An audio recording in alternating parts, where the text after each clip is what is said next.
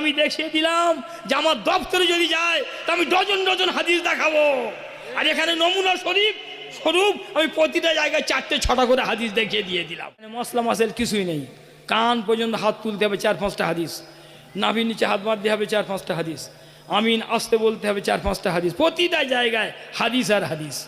পশ্চিমবাংলায় 50 বছরের ভিতরে যত নামাজ শিক্ষা লেখা হয়েছে সমস্ত নামাজ শিক্ষা আমার সামনে আনুন।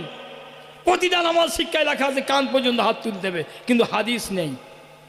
প্রতিটা নামাজ শিক্ষায় লেখা ছিল নাভির নিচে হাত বাঁধতে হবে, কিন্তু হাদিস ছিল না। হ্যালো, কেন? ওনারা হাদিস জানতেন না, তাই না? না, আলহামদুলিল্লাহ, সেই সমস্ত আলেমদের এলেমের কাছে আমরা নগণ্য, তুচ্ছ। তবে হাদিস দেননি কেন? এই জন্য দেননি, আমার নামাজ শিখা কোনো মাওলানা দেখে নামাজ শিখবে না, সাধারণ লোক দেখে শিখবে।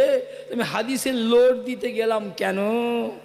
এখন আহলে হাদিস হয়েছে, আহলে হাদিস, এরা হাদিস দেখাচ্ছে, এই জন্য সব বিভ্রান্ত হচ্ছে।